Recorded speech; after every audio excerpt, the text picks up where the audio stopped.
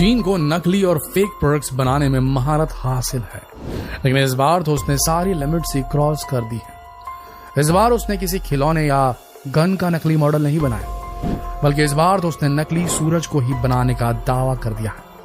लेकिन चीन के किसी भी प्रोडक्ट की कोई गारंटी नहीं होती। ऐसा ही कुछ यहां भी हो रहा है और चीन का बताया ये सूरज नीचे गिर रहा है। आइए इसके पीछे की पूरी स्टोरी जानते हैं। अक्टूबर 2020 में जब पूरी दुनिया चीन के द्वारा फैलाए गए कोरोना के कहर को झेल रही थी, तभी चीन के आसमान में तीन सूरज चमकते हुए नजर आए थे। ये देखकर पूरी दुनिया को लगा कि शायद चीन ने नकली सूरज बनाने का अपना दावा सच कर दिखाया है। लेकिन ये केवल एक खगोलीय घटना थी, जिससे लोगों को यकीन हो गया था चीन अपना सूरज बनाने में सफल नहीं हुआ। लेकिन चीन कहां पीछे रहने वाला था।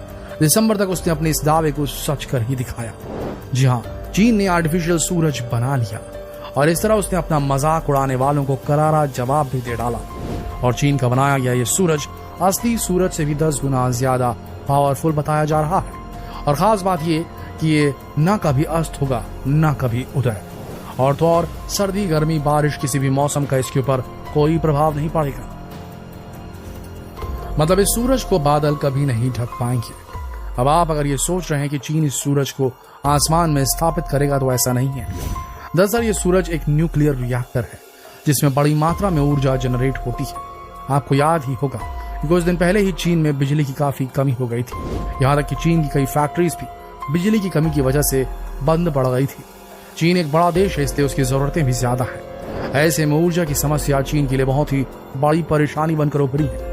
और इसी समस्या से निपटने के लिए चीन आर्टिफिशियल सूरज बनाने की तैयारी कर रहा था। चीन के साइंटिस्ट का अनुमान है कि इससे उन्हें बीजिंग में ही ग्रीन एनर्जी का बड़ा सोर्स मिल जाएगा, जिससे पोल्यूशन में कमी आएगी, साथ ही फॉसिल फ्यूल पर उनकी निर्भरता कम हो जाएगी।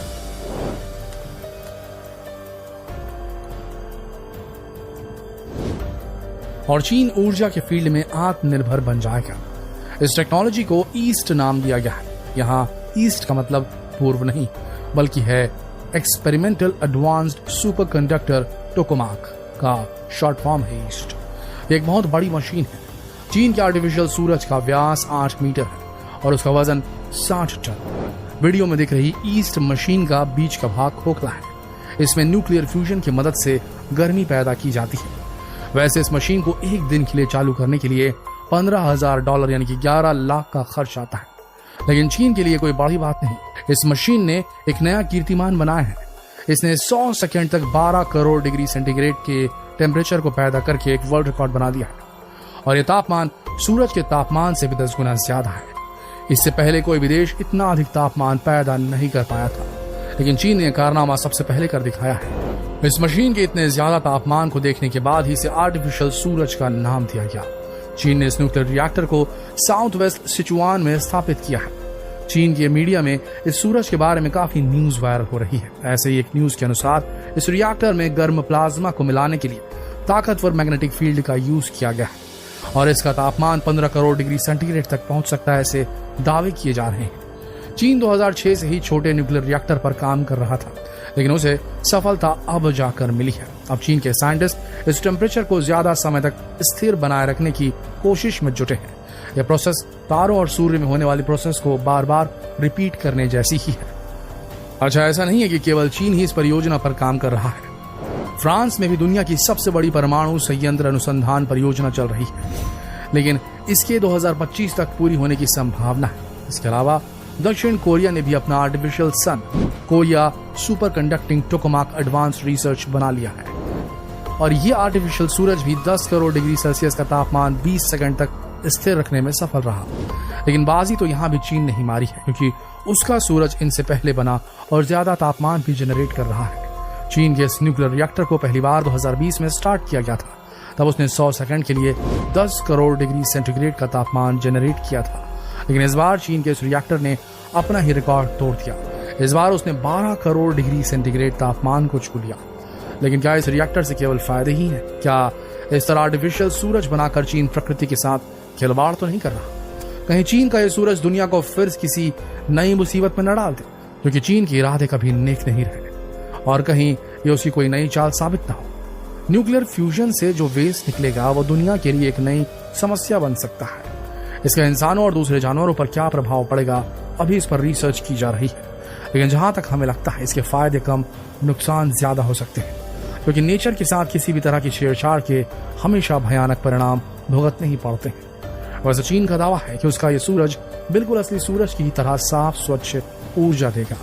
इस न्यूक्लियर रिएक्टर में न्यूक्लियर फ्यूजन के प्रोसेस को कंट्रोल किया जा सकता है, जिससे अपनी जरूरत के हिसाब से ऊर्जा का उत्पादन संभव हो पाएगा। आपने ये तो सुन लिया कि चीन का आर्टिफिशियल सन न्यूक्लियर फ्यूजन पर काम करता है, पर क्या आपको पता है न्यूक्लियर फ्यूजन आखिर होता क्या है? नहीं? तो चलिए हम आपको बता देते हैं। दरअसल फ्यूजन ही वो प्रोसेस है जिसकी वजह से सूरज और दूसरे सभी सितारे ऊर्जा उत्पन्न करते हैं।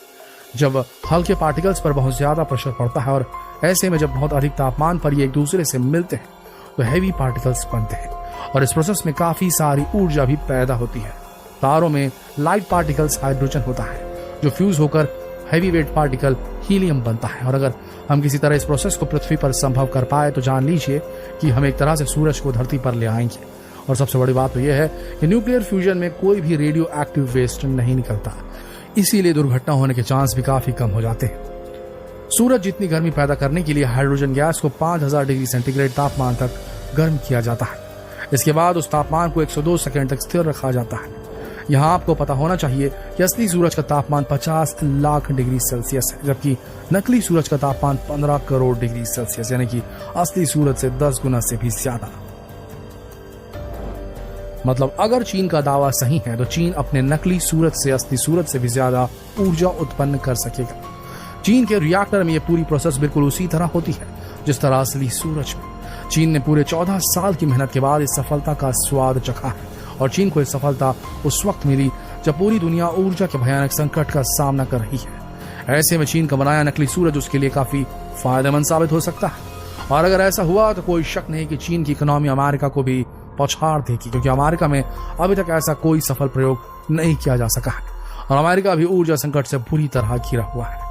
इसके साथ ही वैज्ञानिकों का यह भी अनुमान है कि सूरज की रोशनी पहले से धीरे धीरे कम हो रही है, शनय शनय कम होती जा रही है, क्योंकि सूरज भी एक तारा ही है और हर तारे की तरह एक दिन उसे भी टूटना ही है। ऐसे में दुनिया में आइस एज आने की संभावनाएं काफी बढ़ जाएंगी, लेकिन हाँ उसके लिए समय बहुत दूर है। लेकिन चीन का नकली सूरज दुनिया को इस आने वाले संकट से बचा सकता है। तो दोस्तों, क्या ऐसी लगी आपको चीन के इस नकली सूरज की जानकारी? हमें कमेंट बॉक्स में जरूर बताएं और जितना हो सके इस रोचक जानकारी को शेयर करें फेसबुक पर, व्हाट्सएप पर, यूट्यूब पर, ताकि सब जागरूक हो सके। कल फिर मिलेंगे एक और दिलचस्प जानकारी के साथ एक और नए वीडियो में। तब तक के लिए आप सबका इस वीडियो के अंत तक बने रहने के लिए दिल से धन्यवाद।